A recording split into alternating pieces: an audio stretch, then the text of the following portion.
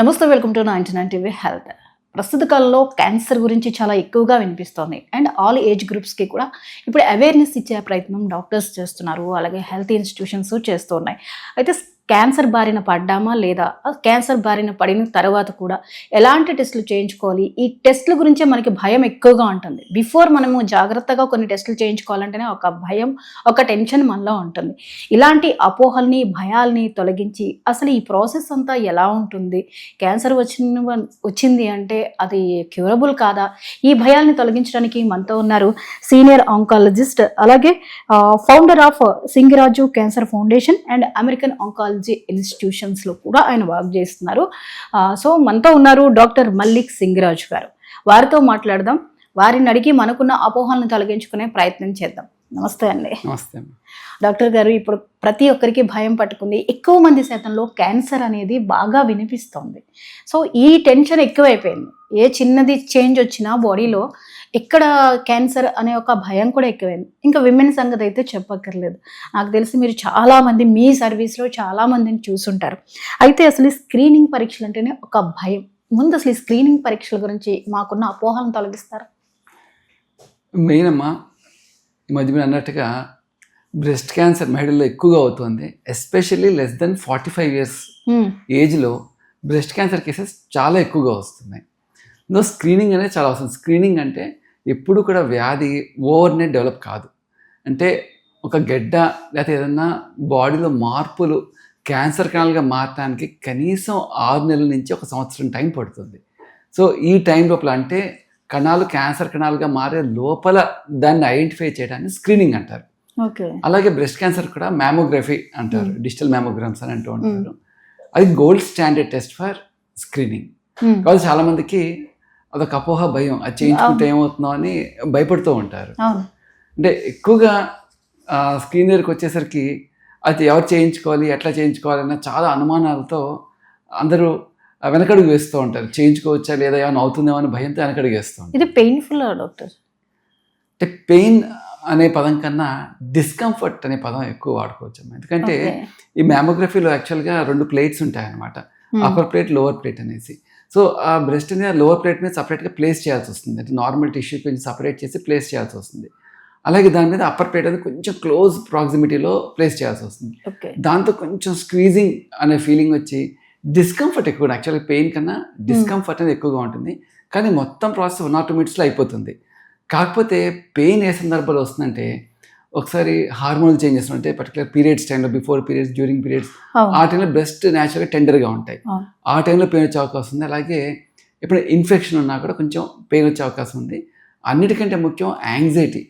ఈ యాంగ్జైటీ భాగంగా జనాలు కొంచెం పెయిన్ వస్తుంది అని భయపడతారు, కానీ అంత పెయిన్ఫుల్ ప్రొసీజర్ కాదమ్మా. ఓకే, అంటే ఏ భయాలు అయితే పెట్టుకోని అవసరం లేదు. అవసరం. అంటే ఏ ఏజ్ గ్రూప్ వాళ్ళు ముందుగా రావాల్సి ఉంటుంది, ఉందా లేదా? యాక్చువల్లీ క్యాన్సర్ అడ్వాన్స్ స్టేజ్లోనే ఐడెంటిఫై అవుతుంది అనేది ఒకటి. రొమ్ము క్యాన్సర్ అయితే కొన్ని సింటమ్స్ కనిపిస్తాయి. అంటే దీనికి ఎవ్రీ టైం ఎంత ఏజ్ గ్రూప్లో టెస్టులు చేయించుకోవాల్సిన అవసరం ఉంది? అంటే 40 years అండ్ అబవ్ వాళ్ళు ఖచ్చితంగా ప్రతి సంవత్సరం మ్యామోగ్రఫీ టెస్ట్ అనేది చేయించుకోవాలి. అంటే టిల్ ఏజ్ 55 years ఎలాంటి రిస్క్ ఫ్యాక్టర్స్ లేకపోతే, రిస్క్ ఫ్యాక్టర్స్ అంటే జెనెటికల్ చేంజెస్ కానీ, అంటే బ్రాకా మ్యూటేషన్స్ అని వింటూ ఉంటాం. అలాగే ఫ్యామిలీ హిస్టరీ, అదే personal history of any other cancer కానీ, లేకపోతే personal history of breast cancer కానీ ఏదైనా ఉంటే 55 years తర్వాత కూడా కంటిన్యూస్గా ఎవ్రీ ఇయర్ చేయించుకోవాలి. అలాగే రిస్క్ ఫ్యాక్టర్స్ ఏం లేకపోతే 55 years తర్వాత అట్లీస్ట్ once in 2 years అయినా చేయించుకుంటే సరిపోతుంది. అంటే ఇప్పుడు క్యాన్సర్ అనేది జెనెటికల్ ఇష్యూగా కూడా చూడాల్సి ఉంటుందా? ఖచ్చితంగా అండి, ఎస్పెషల్లీ బ్రెస్ట్ క్యాన్సర్లో జెనెటికల్ హిస్టరీ అనేది ఖచ్చితంగా ఉంటుందండి. ఓకే, మరి డాక్టర్ గారు, ఈ స్కానింగ్లకి, ఈ మ్యామోగ్రామ్కి, ఈ అల్ట్రాసౌండ్స్కి డిఫరెన్స్ ఏంటండి? ఇందులో యాక్చువల్గా 2-3 రకాల టెస్ట్లు ఉంటాయమ్మా. అంటే ఒకటి స్క్రీనింగ్ టెస్ట్, ఇంకొకటి డయాగ్నోస్టిక్ టెస్ట్ అని చెప్పుకోవచ్చు. స్క్రీనింగ్ టెస్ట్లోకి వచ్చేసరికి digital mammogram, that is considered as gold standard test for breast screening. అందులో లో ఎనర్జీ ఎక్స్రేస్ యూజ్ చేయడం మొదలు పెడతాం. సో దాని మూలంగా యూజువల్లీ కొంచెం ఎల్డర్లీ పేషెంట్స్కి, ఎవరైతే బ్రెస్ట్ డెన్సిటీ తక్కువగా ఉంటుందో వాళ్ళలో చాలా క్లియర్ కట్గా మనకి బ్యాక్గ్రౌండ్ తెలుస్తుంది. ఏమైనా గడ్డలున్నా, బ్రెస్ట్లో చేంజెస్ ఉన్నా, నా మైక్రో క్యాల్సిఫికేషన్స్ అంటారు. అంటే మైక్రో క్యాల్సిఫికేషన్స్ అంటే చెప్పాలంటే స్టేజ్ 0 క్యాన్సర్ అని చెప్పచ్చు. అలాంటివి ఈజీగా ఐడెంటిఫై అవుతాయి. అలా కాకుండా నెక్స్ట్ అల్ట్రాసౌండ్ ఉంటుంది. ఎవరికైతే కొంచెం ఎస్పెషల్లీ యంగ్ ఏజ్ పీపుల్లో బ్రెస్ట్ డెన్సిటీ ఎక్కువ ఉంటుంది. అంటే చాలామందికి గ్లాన్యులర్ టిష్యూ, ఫైబరస్ టిష్యూ ఎక్కువగా ఉంటుంది. డెన్సిటీ ఎక్కువ ఉన్న చోట ఒకసారి మ్యామోగ్రఫీ క్లియర్గా రాదు. మనం కొన్ని ట్యూమర్స్ని, ఆ క్యాల్సిఫికేషన్ మిస్ అయ్యే ఛాన్స్ చాలా ఉంటుంది. సో అలాంటప్పుడు అల్ట్రాసౌండ్ అంటే హై ఫ్రీక్వెన్సీ సౌండ్ వేవ్స్ పంపిస్తూ ఉంటుంది. సో ఆ సౌండ్ వేవ్స్ ద్వారా ఈవెన్ డెన్స్ బ్రెస్ట్ టిష్యూలో కూడా మనం క్లియర్గా ఏమైనా మార్పులు ఉంటే, గడ్డలుంటే ఐడెంటిఫై చేసుకోవచ్చు.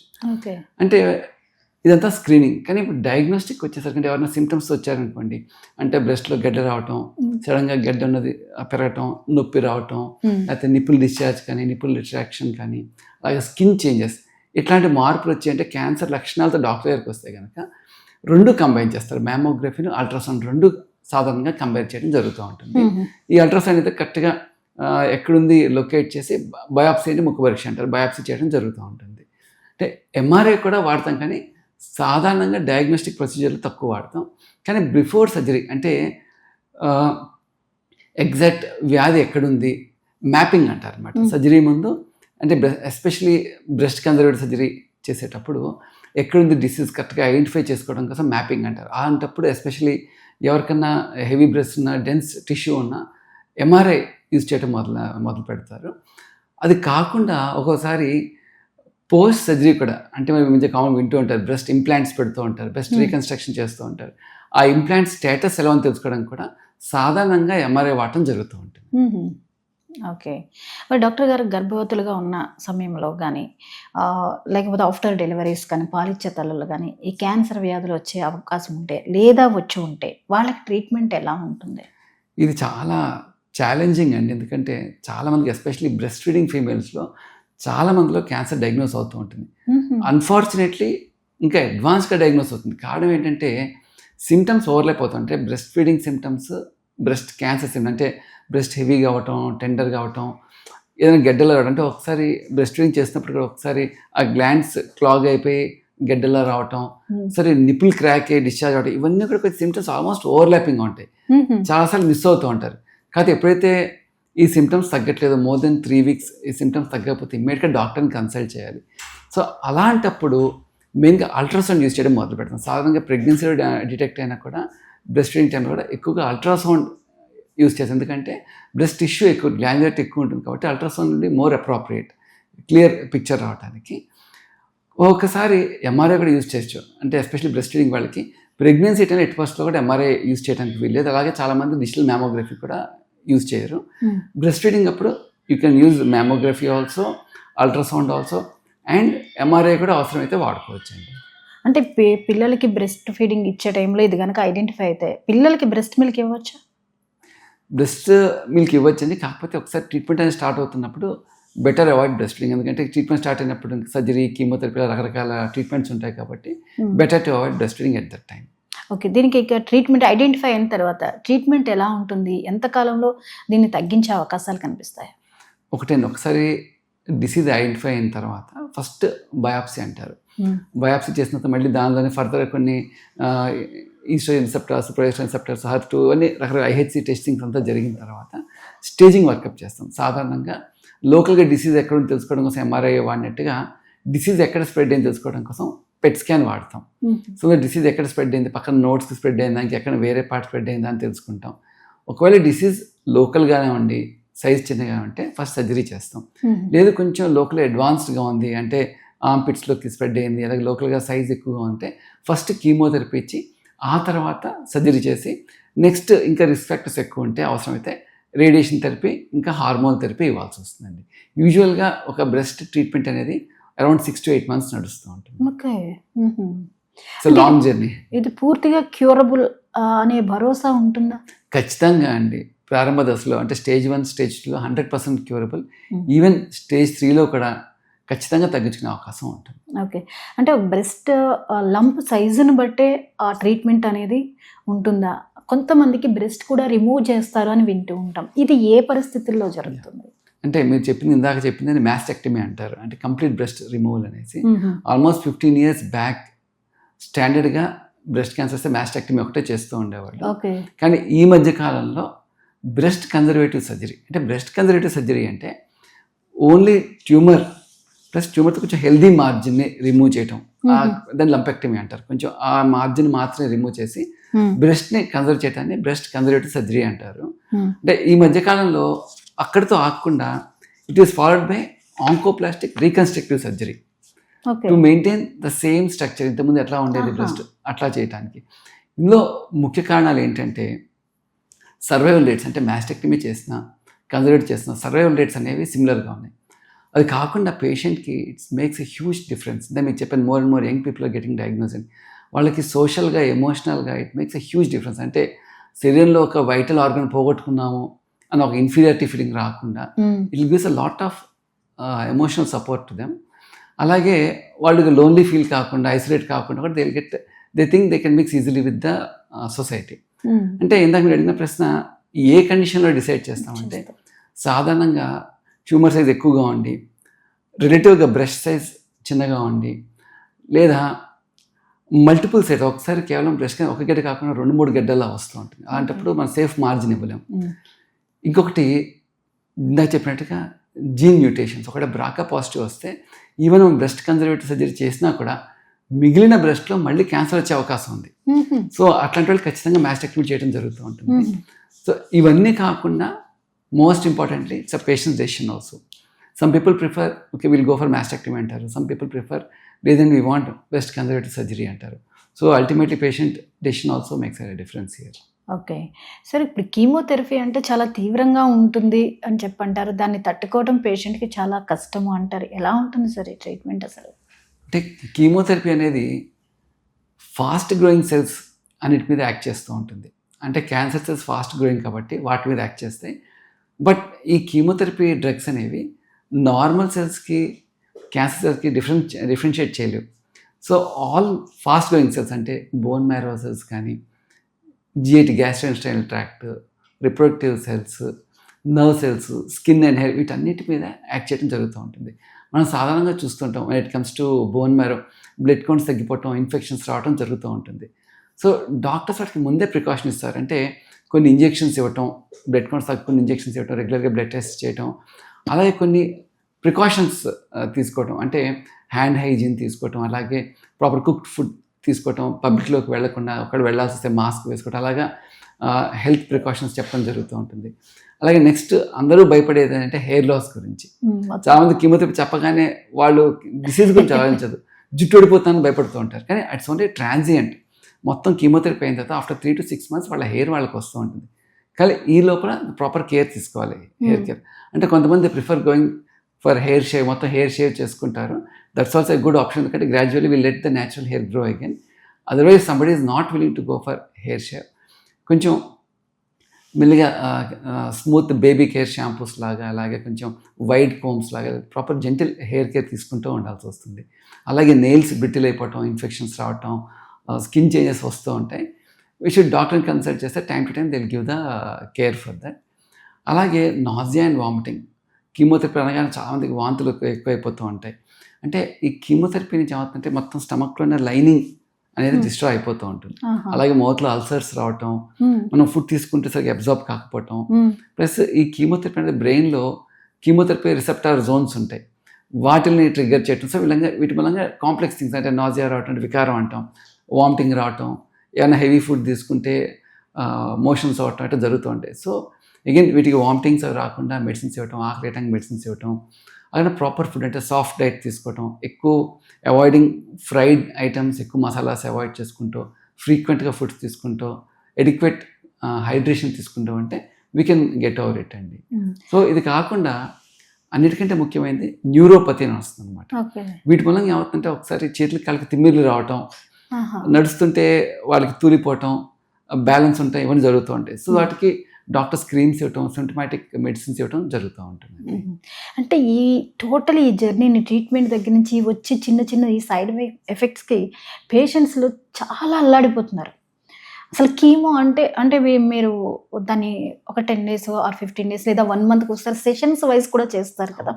ఇంకొక సెషన్కి వెళ్ళాలంటే ఒక భయం అనేది పేషెంట్లో వస్తుంది. ఎందువల్ల అంటారు?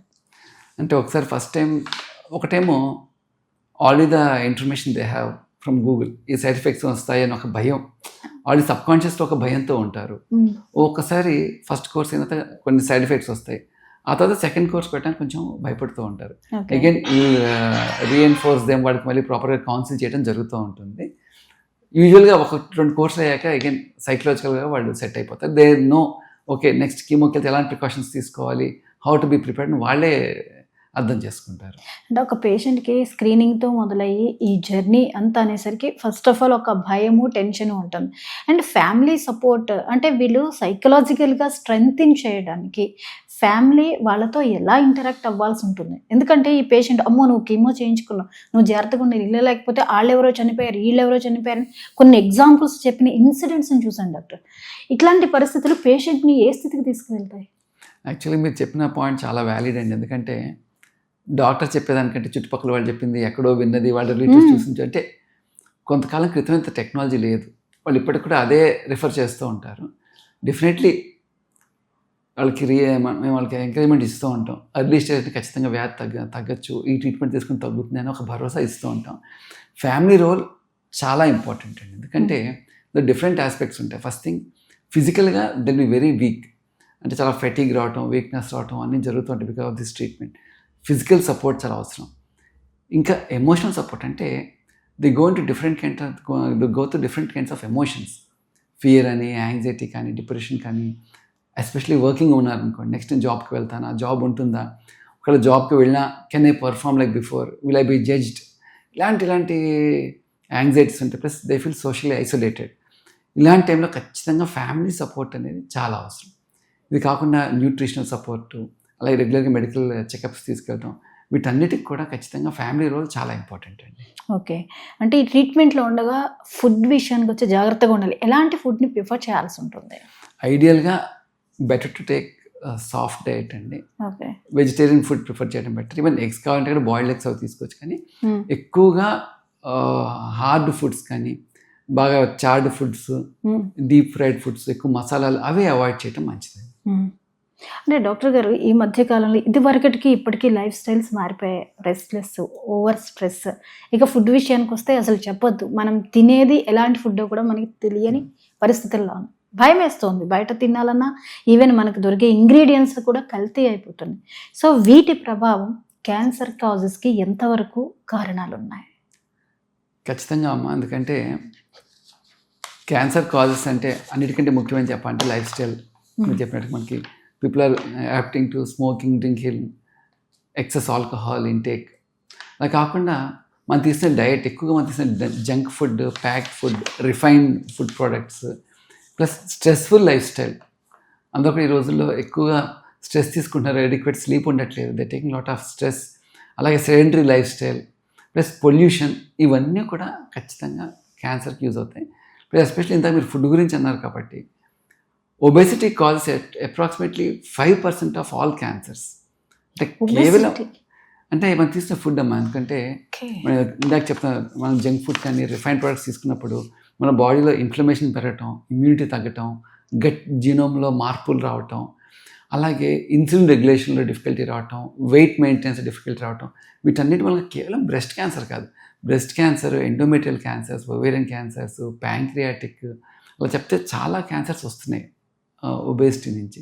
సో ఫుడ్ అనేది చాలా ఇంపార్టెంట్ అండి. ఓకే. అంటే ఇప్పుడు చాలామంది ఎట్లా ఫీల్ అవుతున్నారంటే, ఇంట్లో వాళ్ళు కొంచెం హెల్త్ గురించి జాగ్రత్తగా ఉండండి అని చెప్తే, మేము చేసే పని కూర్చొని చేసే పని, మా వర్క్ ఇలాంటిది, మేము ఇలా ఉండక ఎలా ఉంటాము అనేటటువంటి వాళ్ళ ఒక ఇరిటేటబుల్ ఆన్సర్స్, వాళ్ళ లైఫ్ స్టైల్ని వారు సరిదిద్దుకోవడానికి కూడా సిద్ధంగా లేకపోవడం, దీని పరిణామాలు ఎలా ఉంటాయి?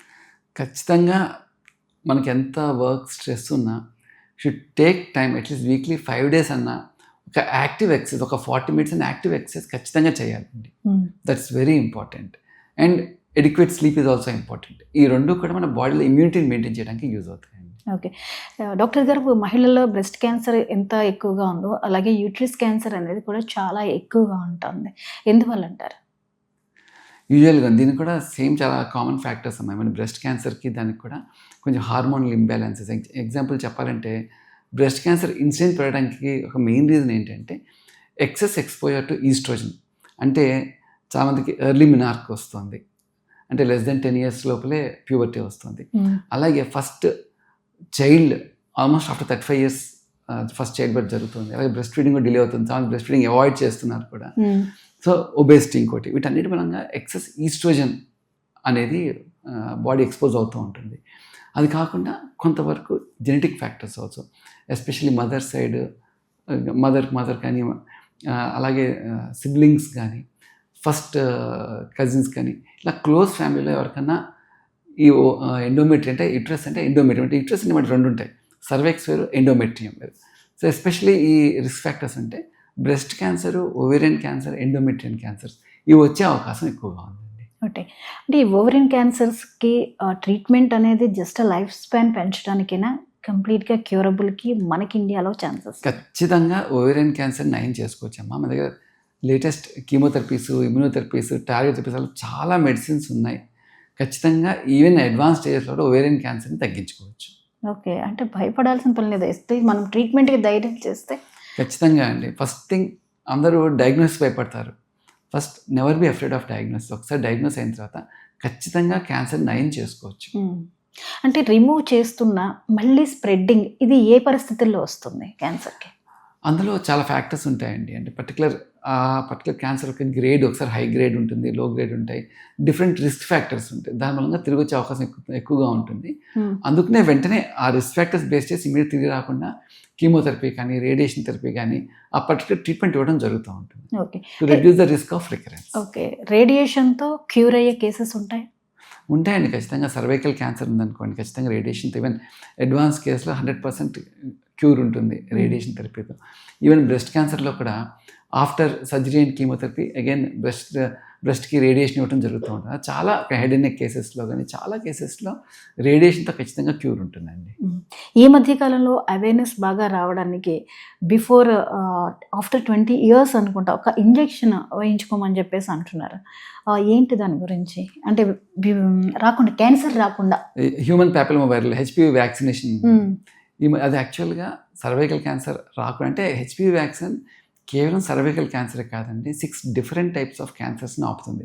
అంటే HPV వైరస్ నుంచి సర్వైకల్ క్యాన్సర్, యానల్ క్యాన్సర్, అలాగే genital warts, oral cancer, throat cancer, skin cancer, అలాగే almost 6 different types of cancers వచ్చే అవకాశం ఉంది. సో ఈ ఒక్క ఇంజెక్షన్ వల్ల అంటే 9 years నుంచి till 45 years దాకా తీసుకోవచ్చు HPV vaccine. Okay, 9 years to 14 years 2 doses తీసుకోవాలి. ఆఫ్టర్ 14 years 3 doses తీసుకోవాల్సి వస్తుంది. ఖచ్చితంగా దీని మూలంగా HPV రిలేటెడ్ క్యాన్సర్స్ని ప్రివెంట్ చేసుకోవచ్చు. అంటే వీళ్ళు ఏ ఏజ్ వరకు వాళ్ళకి మీరు సజెస్ట్ చేస్తారు? till 45 years దాకా తీసుకోవచ్చు. Okay, after 45 no need. 45 years అవసరం లేదు. ఓకే, అంటే స్టిల్ అంత రికమెండేషన్ రాలేదు. till 45 years వరకు బెనిఫిట్ ఉంటుందని స్టడీస్ చూపిస్తుంది. సో 6 types ఆఫ్ క్యాన్సర్స్ నుంచి దీన్ని మనం బయటపడవచ్చు ఈ వ్యాక్సిన్. సార్, ఓన్లీ ఈ బ్రెస్ట్ క్యాన్సర్ అనేది విమెన్లో మాత్రమేనా, మెన్కి కూడా ఈ సమస్య ఉందా? ఖచ్చితంగా మెన్లో కూడా వచ్చే అవకాశం ఉందండి, కానీ only 1 to 2% of total breast cancers. అయితే మెన్లోకి అడ్వాంటేజ్ ఏంటంటే సిమ్టమ్స్ ఈజీగా బయటపడతాయి. అంటే ఏమైనా చెస్ట్ ఏమైనా గడ్డ రావటం, లేకపోతే నిప్పుల్ రిట్రాక్షన్, ఏమైనా డిశ్చార్జ్ వస్తే ఈజీగా ఐడెంటిఫై చేసుకోవచ్చు. కాకపోతే ఒకసారి ఏమవుతుందంటే ఒక కండిషన్ ఉంది, మేల్ బ్రెస్ట్స్ అంటారు, అంటే గైనకోమాస్టీ అంటారు. ఒకసారి దానికిను క్యాన్సర్ కూడా కన్ఫ్యూజ్ అవుతూ ఉంటారు. అంటే ఎక్కడైతే ఈస్ట్రోజన్ ఎక్కువ ప్రొడ్యూస్ అవుతున్న మేల్స్, అంటే కొన్ని లివర్ కండిషన్స్లో, ఒబేసిటీలో, కొన్ని రకాల మెడిసిన్స్ వాడుతున్నప్పుడు మళ్ళీ అగైన్ ఇక్కడ కూడా హెరిటరీ ఫ్యాక్టర్ వస్తుంది. అలాగే కొన్ని కండిషన్స్లో టెస్టోస్టెరాన్ ప్రొడక్షన్ తక్కువ అవుతుంటుంది. ఈ సిచ్యువేషన్లో బ్రెస్ట్ క్యాన్సర్ వచ్చే అవకాశం చాలా ఎక్కువగా ఉంటుంది. ఓకే, డాక్టర్ గారు, అసలు ఈ రిపోర్ట్స్ని సామాన్య ప్రజలకు అర్థం కాదు, అలాంటి వాళ్ళకి ఎలాగ తెలియజెప్పాలి?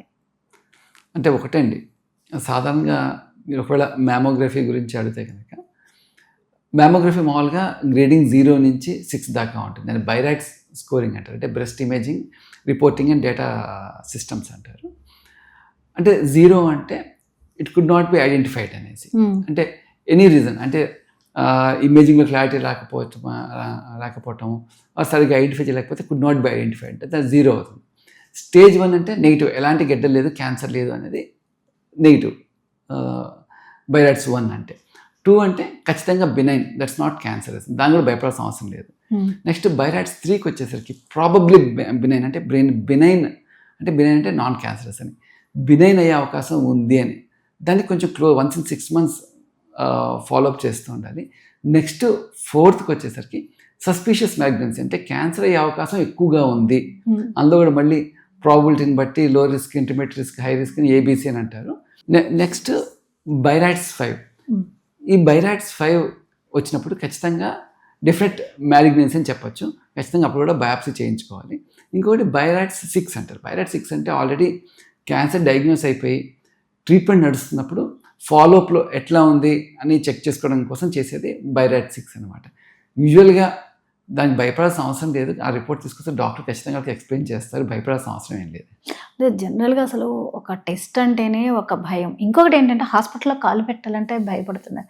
ఎందుకంటే ఇప్పుడు ఆ టెస్టులు అంటారు, ఈ టెస్టులు అంటారు, ఈ అపోహ నుంచి బయటకు రావట్లేదు డాక్టర్. ఒక చిన్న సింటమ్ ఉన్నా ఏదన్నా ఉన్నా తగ్గిపోతుందిలే అని చెప్పి ఒక టైంని అలా ఎక్స్టెండ్ చేయడం వల్ల వచ్చే ప్రమాదం ఏంటి? ఖచ్చితంగా అండి. ఇప్పుడు కూడా ప్రారంభ దశలో ఏ వ్యాధి అన్నా కూడా ఖచ్చితంగా నయమైపోతుంది. అలా డిలే చేస్తూ పోతుంటే ఖచ్చితంగా ఎర్లీ స్టేజ్ నుంచి అడ్వాన్స్ స్టేజ్కి వెళ్ళిపోతూ ఉంటుంది. So first thing we should be aware of our selfs. అంటే బాడీలో వచ్చే మార్పులను గమనించుకుంటూ రెగ్యులర్ హెల్త్ చెకప్కి వెళ్తూ ఏదైనా ప్రాబ్లం అనిపిస్తే ఇమ్మీడియట్గా డాక్టర్ని కన్సల్ట్ చేసి వాళ్ళు చెప్పిన టెస్టులు చేయించుకోవాలి. డిలే చేస్తే ఖచ్చితంగా వ్యాధి ముదిరిపోతుంది. అప్పుడు క్యూర్ అనేది కష్టమైపోతుంది. అసలు క్యాన్సర్లో నాన్ క్యూరబుల్ లేదా లైఫ్ స్పాన్కు మాత్రమే ట్రీట్మెంట్ అనే క్యాన్సర్ ఏది ఉంది? అలా డేంజర్గా అనిపించే క్యాన్సర్ ఏ క్యాన్సర్లో ఉన్నా ఇక 4th స్టేజ్కి వస్తే ఒక్కసారి కంప్లీట్ క్యూర్ చేయడం కష్టం అవుతుంది. 4th స్టేజ్ అంటే ఎగ్జాంపుల్ లివర్ స్ప్రెడ్ అయినా, బ్రెయిన్ స్ప్రెడ్ అయినా, లంగ్ స్ప్రెడ్ అయినా కంప్లీట్ క్యూర్ అనేది కష్టం. అప్పుడు మెయిన్గా సిమ్టమాటిక్ ట్రీట్మెంట్ మాత్రం ఇచ్చుకుంటాం. అంటే కీమోథెరపీ కానీ, రేడియేషన్ కానీ, అయితే పెయిన్ మేనేజ్మెంట్ కానీ, ఓన్లీ సిమ్టమాటిక్ సపోర్ట్ మాత్రం ఇవ్వాల్సి వస్తుంది అప్పుడు. ఓకే. ఈ మీ సర్వీస్లో ఎక్కువగా మీకు వచ్చినటువంటి cases A type of cancers ఎక్కువగా వచ్చాయండి? ఎక్కువగా చెప్పాలంటే మహిళల్లో సర్వైకల్ క్యాన్సర్ చాలా కామన్గా వస్తుందండి. అది కాకుండా oral cancers, head and neck అంటాం, థ్రోట్, మౌత్ క్యాన్సర్స్, ఇంకా బ్రెస్ట్ క్యాన్సర్స్, ఈ 3 చాలా ఎక్కువగా వస్తున్నాయి. ఈ మధ్యకాలంలో స్టమక్ క్యాన్సర్స్, ప్రాస్టేట్ క్యాన్సర్స్ ఇవి కూడా ఎక్కువగా వస్తున్నాయి. థ్రోట్ క్యాన్సర్స్ ఎక్కువగా రావడానికి రీజన్ ఏంటి సార్? మెయిన్గా చెప్పాలంటే smoking is the main reason అండి. అంటే టొబాకో కన్జంప్షన్, అంటే స్మోకింగ్ కానీ తంబాకు కానీ ఏ విధంగా చూసినా తంబాకు అనేది మెయిన్ ఫ్యాక్టర్ ఉంటుందండి. అందులో కొంతవరకు ఆల్కహాల్ ఫ్యాక్టర్ కూడా ఉంటుంది. ఓకే. ఇక మహిళల్లో మనం మాట్లాడుకున్నట్టు main breast cancer, cervical cancer. Breast cancer అనేది ఏ క్యాన్సర్ అయినా రావద్దు, వీటి బారిన మనం పడకూడదు అనుకునే వాళ్ళకి మీరు ఏం చెప్తారు? ఖచ్చితంగా మా రెగ్యులర్ హెల్త్ చెకప్ చాలా ఇంపార్టెంట్. అన్నిటికంటే ముఖ్యమైనది let us have a balanced diet. అలాగే స్ట్రెస్ని తగ్గించుకోవడానికి ట్రై చేసుకోవాలి లైఫ్లో. రెగ్యులర్ ఎక్సర్సైజ్ చాలా ఇంపార్టెంట్. ఇది కాకుండా రెగ్యులర్గా హెల్త్ చెకప్స్కి వెళ్ళాలండి. మనం అట్లీస్ట్ ఇప్పుడు every year master health checkup out చేసుకోవచ్చు. దాంతోపాటు ఈ మధ్యకాలంలో చాలా చోట్ల మ్యామోగ్రఫీ కానీ, అల్ట్రాసౌండ్, డిఫరెంట్ స్క్రీనింగ్స్ యాడ్ చేస్తున్నారు. ఎవ్రీ ఇయర్ చేయించుకుంటే మనకి ఎలాంటి రిస్క్, టెన్షన్ ఉండదు. ఇప్పుడు కామన్గా బీపీ, షుగర్ కామన్ డిసీజ్ అయిపోయింది. ఒక ఇంట్లో ఒక 4 ఉంటే అందులో 3 దాని బారిన పడుతున్నారు. ఇప్పుడు క్యాన్సర్ అంత వేగంగా వినిపిస్తోంది. అంటే బీపీ, షుగర్ ఇలాంటివి ఉన్న వాళ్ళు క్యాన్సర్ అనేది అటాక్ అయితే వాళ్ళకి బాడీ ఎంతవరకు సపోర్ట్ చేయగలుగుతుంది, తట్టుకోగలుగుతుంది? లేదండి, యాజ్ మచ్ యాజ్ షుగర్స్ కంట్రోల్లో ఉన్నంత కాలం ప్రాబ్లం ఉండదు. అంటే తగ్గిన వాళ్ళు ఎలా రియాక్ట్ అవుతారు, వీళ్ళు ఎలా రియాక్ట్ అవుతారు. కానీ కొంచెం అన్కంట్రోల్డ్ షుగర్స్ వాళ్ళు కొంచెం ఇమ్యూనిటీ తగ్గుతుంది కాబట్టి ఇన్ఫెక్షన్స్ వచ్చే అవకాశం ఎక్కువగా ఉంటుంది. అలాగే వూండ్ హీలింగ్ డిలే అవటం అట్లా ఉంటాయి. So as long as sugars under control they should not worry. Okay doctor గారు, మరి ఇప్పుడు హార్మోనల్ ఇంబ్యాలెన్స్ని చాలా ఎక్కువగా వింటున్నాం. ఏదైనా వచ్చిందంటే అదే ప్రాబ్లం ఫస్ట్ కాజ్ అవుతుంది. ఈ హార్మోనల్ ఇంబ్యాలెన్స్ అనేది మనం రెగ్యులర్గా ఒక పర్సన్ ఫేస్ చేస్తే అది దేనికి దారితీస్తుంది? అంటే మెయిన్గా చెప్పాలంటే మన విమెన్లో చెప్పాలంటే అండి, ఈ మధ్యకాలంలో పీసీఓడి చాలా కామన్గా చూస్తున్నాం హార్మోనల్ ఇంబ్యాలెన్స్ మూలంగా.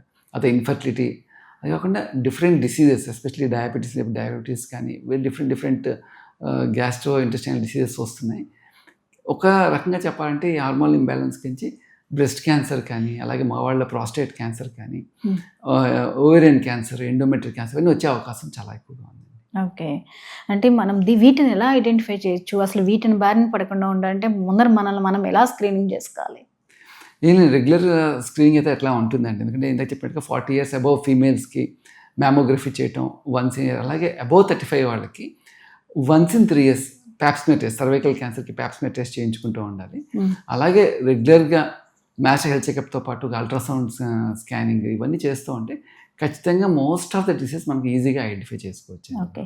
మెయిన్ ఇప్పుడు డైట్ మీద అవగాహన ఉంది, కానీ ఇప్పుడు సోషల్ మీడియాలో ఎక్కువగా చూస్తున్నారు కాబట్టి ఒక డైట్ని చూసి అది మన బాడీకి ఎంతవరకు సెట్ అవుతుందో అనే దానికంటే వాళ్ళెవరో తగ్గారు, వాళ్ళెవరో దీని గురించి ప్రచారం చేశారు అని వీళ్ళు ట్రై చేస్తున్నారు. ఈ డైట్ విషయంలో ఇది ఎంత జాగ్రత్తగా ఫాలో అవ్వాల్సిన అవసరం ఉంది? ఒకవేళ మనం డైట్ చేయాలనుకుంటే ఫస్ట్ థింగ్ అన్నట్టుగా అండర్లైన్ హెల్త్ కండిషన్స్ ఏమైనా చూసుకోవాలి. ఎగ్జాంపుల్ ఏమైనా థైరాయిడ్ ప్రాబ్లం ఉందా, లేకపోతే డయాబెటీస్ ఉందా, లేకపోతే కొలెస్ట్రాల్ ప్రాబ్లం ఉందా, ఏ ప్రాబ్లం ఉందా అని ఫస్ట్ ఐడెంటిఫై చేసుకోవాలండి.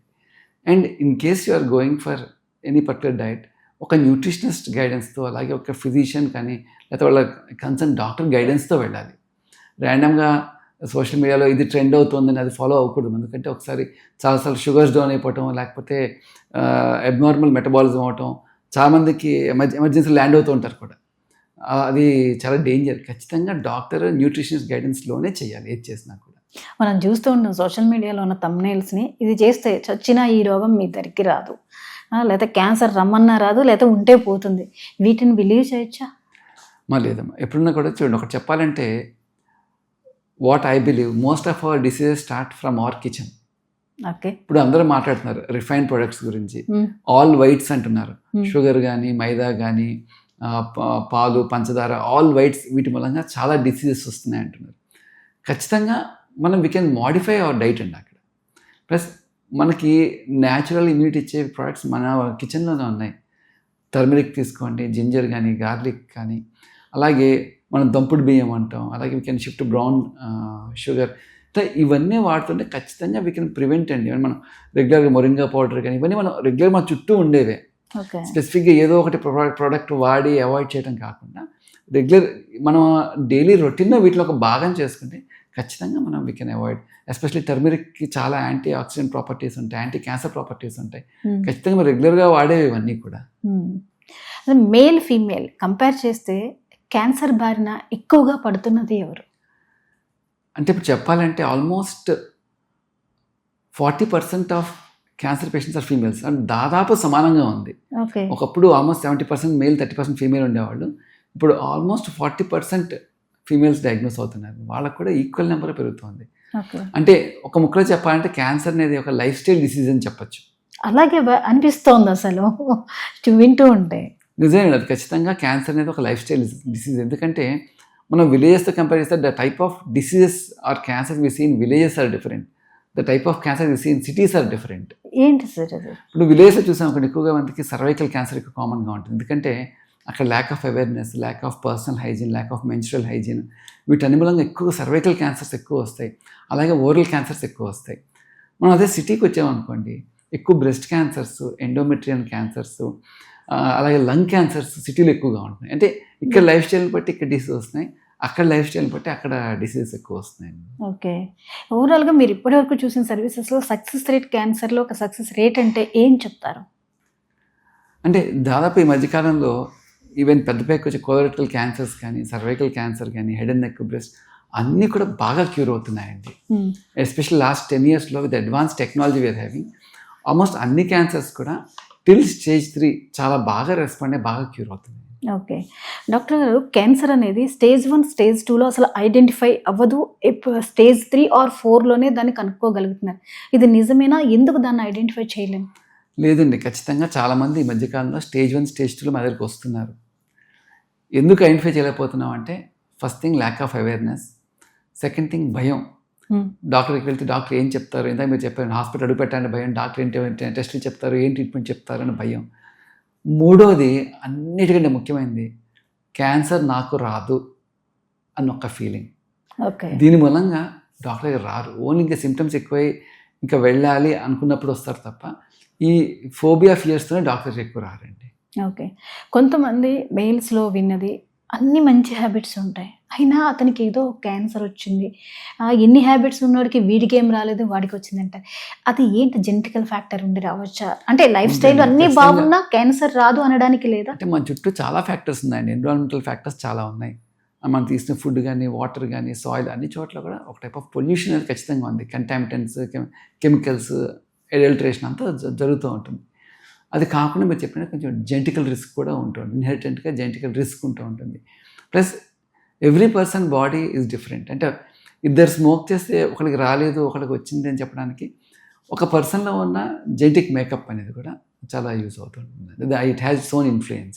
ఓకే, ఇప్పుడు మనం తీసుకునే మిల్క్ కానీ వాటర్ దగ్గర నుంచి అన్నీ కూడా ఇది వరకు ఉన్నటువంటి సహజ సిద్ధమైనవి ఏవి మనం తీసుకోవట్లా, ఒక బాటిల్స్ మీద డిపెండ్ అవుతున్నాం, ప్లాస్టిక్ యూసేజ్ పెరిగింది, అండ్ ప్రిజర్వ్డ్ ఫుడ్స్, ప్రిజర్వేట్ చేసిన ఫుడ్స్ తింటున్నాం, మిల్క్ కానివ్వండి, కర్డ్ కానివ్వండి, వీటి ప్రభావానికి క్యాన్సర్ పెరగడానికి రీజన్ ఉందా? ఖచ్చితంగా అమ్మా. మనం తీసుకునే మీరు రీసెంట్గా చూస్తూ ఉంటాం, మనం వాడే క్యాండీస్లో కానీ ఫుడ్ ప్రోడక్ట్స్లో కానీ మన వచ్చిన పింక్ క్యాండీలో క్యాన్సర్ అనేది చదువుంటారు మీరు కొంతకాలం క్రితం. ఖచ్చితంగా మనం తీసుకునే వాటిలో ఏవైతే కెమికల్స్ ఉన్నాయో వీటిని ప్రిజర్వేటివ్స్ అంటాం. ఖచ్చితంగా all preservatives are known carcinogens. Carcinogens అంటే క్యాన్సర్ కారకాలు. Especially plastics as such cause కాకపోయినా కూడా ప్లాస్టిక్ కానీ ఎక్కువ హీట్కి ఎక్స్పోజ్ అయితే వాటిలోంచి ఉన్న కెమికల్స్ ఖచ్చితంగా దే కెన్ కాజ్ క్యాన్సర్ అండి. ఆ ఎక్సెస్ బార్బిక్యూ తింటూ ఉంటాం మనం, ఆ చాయిడ్ ఫుడ్ వాటిలోంచి కూడా కొన్ని కెమికల్స్ రిలీజ్ అవుతూ ఉంటాయి. వాటి నుంచి కూడా క్యాన్సర్ వచ్చే అవకాశం ఉంది, పెద్ద పేగు క్యాన్సర్, ప్యాంక్రియాటిక్ క్యాన్సర్ వచ్చే అవకాశం ఉంది. సో మన చుట్టూ మన డైలీ తీసిన ఆహారంలో కూడా వచ్చే అవకాశం కొంచెం మనం జాగ్రత్తగా ఉండాలి. లిటిల్ మోర్ అవేర్ అంటే చూసుకుంటూ ఎక్కువగా కెమికల్ ఫ్రీ తీసుకోవడం అయితే ఆర్గానిక్ ఫుడ్ తీసుకోవడానికి ట్రై చేస్తూ ఉంటే కనుక maybe we can avoid all this pollutants. పిల్లల దగ్గర నుంచి పెద్దవాళ్ళ దాకా కూడా బయట ఫుడ్ మీద డిపెండ్ అయిపోతున్నారు. బిస్కెట్స్తో పిల్లలకి మొదలవుతుంది, చాక్లెట్స్తో, అవి పిజ్జాల దాకా వెళ్తున్నాయి. అండ్ బయట హోటల్కి వెళ్ళి తినడము అనేది ఒక ఇష్టం, ఒక రిలీఫ్ ఇలా భావిస్తూ ఉన్నాం. ఇలా బయట ఫుడ్కి మనం అలవాటు పడడం వల్ల కష్టాలు ఖచ్చితంగా మీరు చూస్తున్నారు కానీ రోజు న్యూస్ పేపర్లో మీరే చెప్తూ ఉంటారు, బలానా హోటల్ కిచెన్లో ఇట్లా ఉంది, భయం వేస్తుంది. ఖచ్చితంగా ఇట్ ఈస్ నాట్ హెల్దీ అని. కానీ once in a while we can have, not on a regular basis. Once in a while we can have, కానీ regular basis means better to avoid food from outside. ఇంకా చెప్పాలంటే పిజ్జాలకి బర్గర్కి demand పెరిగింది. అవునండి, ఖచ్చితంగా. అందుకే కదా ఒబేసిటీ పెరగడానికి కారణం అదే కదా. ఇప్పుడు చిన్నపిల్లల నుంచి ఒబేసిటీ అనేది ఇప్పుడు చాలా మేజర్ ప్రాబ్లం అయిపోతుంది ఇండియాలో. ఈవెన్ స్కూల్ పిల్లల నుంచి కూడా ఒబేసిటీ ఎక్కువ అవుతుంది. ఒకప్పుడు పెద్దవాళ్ళు ఉండే ఇప్పుడు చిన్నపిల్లలు వస్తుంది. Main reason because of the food habits. కొంచెం ఇవన్నీ junk as much as possible avoid చేస్తే మంచిది. ఒకటి, ఇప్పుడు మీ డాక్టర్స్ అండ్ సోషల్ మీడియా ప్రభావం వల్ల స్ప్రెడ్ బాగా చేస్తున్నారు. దీనివల్ల ఎలాంటి ప్రమాదం ఉంది, మీరు ఇలాంటి ఫుడ్ తినండి, నిజంగా డాక్టర్స్ కూడా దాన్ని ఓన్ చేసుకుని మరి జనానికి వెళ్ళాలి అని చెప్పి మాట్లాడుతూ ఉన్నారు. అది కొంతవరకు అదృష్టం అనుకోవాలి, ఇన్ఫర్మేషన్ వెళ్తూ ఉంది. అయితే ఈ లైఫ్ స్టైల్ మొత్తం నార్మల్గా అవ్వాలి అంటే ఫస్ట్ పేరెంట్స్ ఎలాంటి జాగ్రత్తలు తీసుకోవాలి? ఇప్పుడు వచ్చే జనరేషన్ని హెల్తీ జనరేషన్ చేయాలి అంటే ఇప్పుడు ఈ జనరేషన్ అయిపోయింది, అటు ఇటు కాకుండా కొట్టుమిట్టాడుతున్నాం. ఇప్పుడు మనకి పూర్తిగా తెలిసింది. కమింగ్ జనరేషన్ వాళ్ళ విషయంలో తల్లిదండ్రులు లేదు, ఖచ్చితంగా వాళ్ళకి ఫుడ్ యొక్క ఇంపార్టెన్స్, హెల్దీ ఫుడ్ అంటే ఏంటి, ఎలా తీసుకోవాలి, ఏది ఇంపార్టెంట్ అనేది కొంచెం ఈ ఎస్పెషల్లీ చాక్లెట్స్ మూలంగా ఐస్ క్రీమ్ ఆ క్రేవింగ్ అనేది పెరుగుతూ ఉంటుంది. మీనే గ్రాడ్యువల్గా అంటే we can give them as a treat once in while, ఎప్పుడన్నా ఒకసారి వీ కెన్ అలౌ దెమ్. కానీ రెగ్యులర్ బేసిస్ మీద we should give them awareness. ఇవి మంచివి, ఎస్పెషల్లీ చాక్లెట్స్, ఐస్ క్రీమ్స్, ఇవన్నీ మనకు మంచిగా, ఎస్పెషల్లీ కోలాస్. అది లేకుండా ముద్ద దిగట్లేదు కదా, బిర్యానీ పెట్టుకుని కోలా పెట్టుకుని తింటున్నారు. అది చాలా dangerous combination actual because of the preservatives కానీ షుగర్స్ కానీ. వాటి గురించి ఖచ్చితంగా from childhood, school level, at least 6th class నుంచి కూడా పిల్లలకి చిన్నప్పటి నుంచి కూడా వాళ్ళకి ఒక అవేర్నెస్ ఇస్తూ ఉంటే గ్రాడ్యువల్గా I think they will come towards a healthy life. అంటే మనమే ఒక ఎగ్జాంపుల్ సెట్ చేయాలి పిల్లలకి. డాక్టర్ గారు, ఒక పేషెంట్ ట్రీట్మెంట్లో ఉంటూ ట్రీట్మెంట్ తీసుకుంటున్నారు, కీమోస్ అవి తీసుకుంటూ ఉంటే ఈ లోపల ఈ థెరపీని వాళ్ళు ఒక పెయిన్తోనే తీసుకుంటూ ఉంటారు. బయట కొన్ని వినిపిస్తాయి, ఆ డాక్టర్ దగ్గరికి వెళ్ళో లేకపోతే ఆ థెరపీస్ తీసుకో, ఈ థెరపీ తీసుకో అని ఒక్కొక్కరు ఒక్కొక్క సలహా ఇస్తూ ఉంటారు. అలా మనం ఒక ట్రాక్లో ఒక ట్రీట్మెంట్ తీసుకున్నప్పుడు అదర్ థెరపీస్కి అట్రాక్ట్ అవ్వడం కానీ ప్రయత్నం చేయడం కానీ ఎంతవరకు శ్రేయస్కరం? ఇది చాలా కామన్ క్వశ్చన్. పేషెంట్ మమ్మల్ని అడుగుతూ ఉంటారు, సార్ ఈ ట్రీట్మెంట్తో పాటు ఆయుర్వేదం తీసుకోవచ్చా, హోమియోపతి తీసుకోవచ్చా అని. అంటే we should know the intent అండి. అంటే ఒకవేళ మా ట్రీట్మెంట్తో పాటు ఇమ్యూనిటీ పెంచడానికి ఇస్తున్నట్టయితే తప్పకుండా తీసుకోవచ్చు, ఇబ్బంది అయితే ఏం లేదు. కానీ ఇది కాకుండా alternative to allopathy only cancer treatment కానీ ఇస్తే మాత్రం ఖచ్చితంగా ఐ డోంట్ రికమెండ్. ఎందుకంటే అవన్నీ ప్రూవెన్ ట్రీట్మెంట్స్ కాదు, దానికి సంబంధించిన ప్రాపర్ డేటా, సైంటిఫిక్ డేటా మన దగ్గర లేదు. సో దీంతో పాటు if it's going to help to Boost the immunity and wellness of the patient తప్పకుండా తీసుకోవచ్చు, కానీ not as an alternative to allopathy. Okay. చాలా మంచి విషయం చెప్పారు డాక్టర్. ఎందుకంటే అపోహల్లో కొట్టుకుపోతున్న వాళ్ళకి భయంతో రకరకాల ఆల్టర్‌నేట్‌గా వెళ్ళిపోవడానికి, దానివల్ల ఇంకా సమస్య క్లిష్టంగా మారుతున్న పరిస్థితిని చూస్తున్నాం. చక్కటి సలహాలు, సూచనలు మా ప్రేక్షకులకి అందించినందుకు థ్యాంక్ యూ సో మచ్ అండి. నమస్తే. Thank you.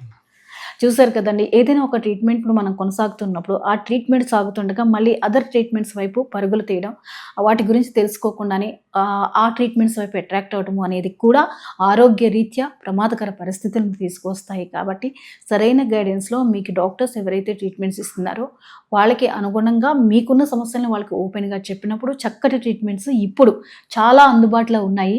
క్యాన్సర్ లాంటి మహా సమస్యల నుంచి కూడా ఈవెన్ అడ్వాన్స్ స్టేజ్‌లో కూడా బయటపడేటటువంటి అవకాశాలు ఉన్నాయి కాబట్టి అసలు ఈ సమస్య రాకుండా స్క్రీనింగ్తో హ్యాపీగా ఎర్లీ స్టేజ్లోనే ముందు స్క్రీనింగ్ చేయించుకోండి.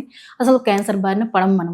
ఒకవేళ ఉన్నా కానీ భయపడకండి. చక్కటి ట్రీట్మెంట్తో డాక్టర్స్ చెప్పినట్టు ఫాలో అవ్వండి. మీ భయాల్ని డాక్టర్కి ఫియర్ లేకుండా చెప్పండి. వాళ్ళు చెప్పింది అనుసరిస్తే క్యాన్సర్ని అయితే మనం అధిగమించవచ్చు. సో ఇది ఇవాల్టి 99 టీవీ హెల్త్ ప్రత్యేక ఇంటర్వ్యూ. Keep watching 99 TV.